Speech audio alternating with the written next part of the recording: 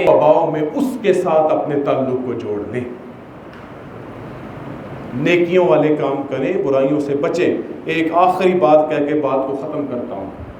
صحیح مسلم میں یہ روایت ہے، وہ بڑی مشہور بات ہے، آپ نے ایک دفعہ نہیں 20 مرتبہ سنی ہوگی، لیکن ہمیں اس سے سبق حاصل کرنا ہے۔ 3 بندے سفر کے لیے نکلے، دور کا سفر تھا، اپنے ساتھ کھانا پینا بھی لے لیا، پرانے وقت کی بات تھی، پیدل کا سفر تھا، آندھی طوفان آ گیا، تینوں نے ایک غار میں پناہ لے لی۔ ہوٹل نہیں تھے بھائی، کوئی ایسا انتظام نہیں تھا کہ کہیں پہ پناہ لے لے، انہوں نے ایک غار میں پناہ لے لی۔ طوفان تیز کا چلا، جس غار میں تھے طوفان اور بارش کی وجہ سے وہاں سے ایک بڑا سا پتھر سرکا اس غار کے منہ پہ آ گیا، غار کا منہ ہو گیا بند۔ مادی سبب کیا ہے، طریقہ کار کیا ہے؟ تینوں لگائیں زور اور پتھر کو کرے پیچھے تاکہ اس غار سے نکل سکے۔ انہوں نے اس کی بھی کوشش کی، مگر ان کی طاقت نہیں تھی کہ اس مصیبت سے قوت اور طاقت کے ساتھ مقابلہ کر سکے۔ تینوں بیٹھ کے کیا کریں؟ ایک نے مشورہ دیا، ہم اپنے اچھے کاموں کو یاد کر کے اپنے رب سے رجوع کرتے ہیں، وہ اس مصیبت سے ہم کو ٹال دے گا۔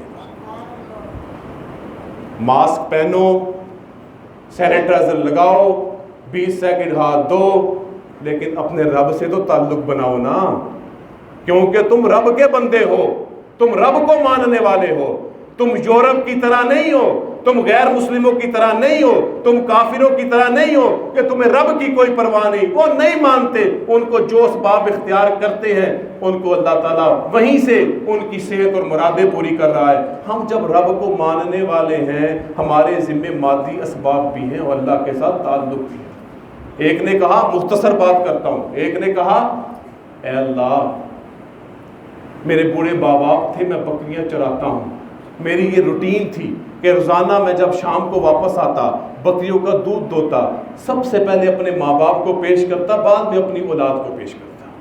یہ میری ماں باپ کی خدمت تھی۔ ایک رات میں لیٹ ہو گیا، تاخیر ہو گئی، گھر پہنچا ماں باپ سوئے ہوئے تھے، میں نے بکریوں کا دودھ دویا اور میں اپنے ماں باپ کے سرہانے پہ کھڑا ہو گیا۔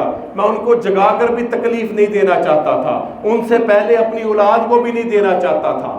میں کھڑا رہا یہاں تک کہ صبح ہوئی، والدین بیدار ہوئے، میری اس اطاعت پہ بڑے خوش ہوئے۔ اے اللہ میری اس نیکی کی وجہ سے ہم سے یہ مصیبت ٹال دے۔ اب نیکی کرو، وبا تب ٹلے گی۔ مسجدوں کو ویران نہ کرو، آباد کرو، تب وبا ٹلے گی۔ یہ آتے جاتے زبانوں سے گالی گلوچ چھوڑو، اللہ کا ذکر کرو، تب وبا ٹلے گی۔ ان کی نہیں ٹلی، یہ نبی علیہ السلام بیان فرما رہے ہیں واقعہ۔ دوسرا شخص کہتا ہے اے اللہ مجھے اپنے چچا کی بیٹی سے محبت ہو گئی، محبت بھی ایسی کہ جو غیر شرعی تھی، میں نکاح نہیں کرنا چاہتا تھا، اپنی غلط ضرورت پوری کرنا چاہتا تھا، میں اس کو مناتا تھا، وہ مانتی نہیں تھی۔ ایک دن اس کا ابا بیمار ہو گیا، اس کے پاس علاج کے پیسے نہیں تھے، وہ میرے پاس آئی، اس نے مجھ سے کہا کچھ تعاون کرو، کہا پہلے تم میرے ساتھ تعاون کرو۔ اس نے کہا تم کس طرح کی مطالبہ کر رہی ہو، یہ گناہ ہے؟ کہا نہیں، آج ضرورت ہے تم میری ضرورت پوری کرو، میں تمہاری ضرورت پوری کر دوں گا۔ بات پیسوں پہ طے ہو گئی، قریب تھا کہ وہ اس عمل بد کا شکار ہو جاتا۔ نیچے سے لڑکی نے کہا اللہ سے ڈر، کہتا ہے اس کا اتنا کہنا تھا، میں نے سب کچھ چھوڑ کے الگ ہو گیا، میں نے کہا جا چلی جا، اے اللہ میں تیرے ڈر کی وجہ سے اس گناہ سے بچ گیا، اے اللہ میں گناہوں سے بچا ہوں، میں نے اس گناہ کو چھوڑ دیا، اتق اللہ کے جملے کے ساتھ کہ اللہ سے ڈر، میں نے گناہ چھوڑ دیا، اے اللہ میں نے گناہ چھوڑا، آج تو ہمارے لیے مصیبت کا راستہ ختم فرما دے، مصیبت دور کر دے۔ اللہ کے بندو گناہ چھوڑو تو یہ وبا آ جائے گی نا۔ ہم گناہ چھوڑنے کے لیے تیار ہی نہیں، ذخیرہ اندوزی ویسے ہی، ناپ تول میں کمی ویسے ہی، بکڑ بکواس ویسے ہی، گالی گلوچ ویسے ہی، ایک دوسرے کی چگلیاں ویسے ہی، ایک دوسرے پر جھوٹے الزام ویسے ہی، سب کچھ ویسے چل رہا ہے، اور پھر کہتے ہیں کہ اللہ وبا دور کیوں نہیں کر رہا۔ اور آخری بندہ اس نے کہا اے اللہ تو جانتا ہے میں ایک گھر کا کام کروا رہا تھا، مزدور آیا، اس نے مزدوری کی، باقی سب نے لے لی، اس نے نہیں لی، وہ چلا گیا۔ میں نے اس کی مزدوری پہ انویسٹمنٹ کر لی، جانور خریدا، وہ بڑھتے بڑھتے بڑھتے ریوڑ بن گیا۔ وہ کچھ مدت کے بعد آیا، اس نے کہا فلاں وقت فلاں زمانے میں میں تیری مزدوری کی تھی، وہ مجھے مزدوری دے دے۔ میں نے کہا یہ سب کچھ لے جا۔ اس نے کہا اللہ کے بندے مجھ سے مذاق نہ کر، میرے چند ٹگے بنتے ہیں وہ مجھے دے دے۔ کہا نہیں، یہ سب کچھ تیرا ہے، یہ سب کچھ تیرا ہے، تو نے جو مزدوری کی میں نے اس کو سرمائے میں لگا دیا، یہ سب کچھ تیرا ہے۔ وہ ہنسی خوشی لے گیا۔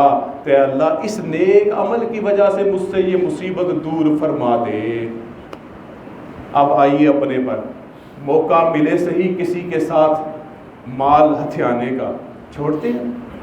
کسی کا حق مارنے کا چھوڑتے ہیں؟ کسی کی تھوڑی بہت چیز ہتھیانے کا چھوڑتے ہیں؟ موقع تو ملے صحیح، جائز ناجائز ایک طرف پڑی جاتی ہے۔ کیا کہتے ہیں؟ اللہ کی زمین سے ملا ہے، ابھی اللہ کی زمین۔ امام ابو حنیفہ رحمۃ اللہ علیہ کا فتویٰ ہے کہ اگر گری پڑی زمین پہ کوئی چیز ملے اس کو اٹھاؤ ہی نہ، اگر اٹھا لی ہے تو تم پر یہ ضروری ہے اس کے مالک تک پہنچاؤ، اگر نہیں پہنچاؤ گے تو تم زندگی پر گناہ گار ہو۔ اب میں نے 3 باتیں آپ سے سامنے عرض کی۔ آج ہم کہتے ہیں جی وبا ٹلتی نہیں ہے، یہ وبا جاتی نہیں ہے، جان چھوٹتی نہیں ہے، ہم سارے اسباب بھی اختیار کر رہے ہیں۔ بھئی سب سے بڑا سبب ہے اپنے رب کے ساتھ جڑ جائیں، اپنی کمی کوتاہیوں پر اللہ سے ندامت کا اظہار کریں، نیک اعمال کریں، برے اعمال سے بچیں، تاکہ اللہ رب العزت ہم سے ان وباؤں کو ٹال دے۔ تو یہ دن 4-5 رہ گئے ہیں، اللہ سے گڑ گڑا کے دعا کر لیں، یہ برکت کے لمحات ہیں۔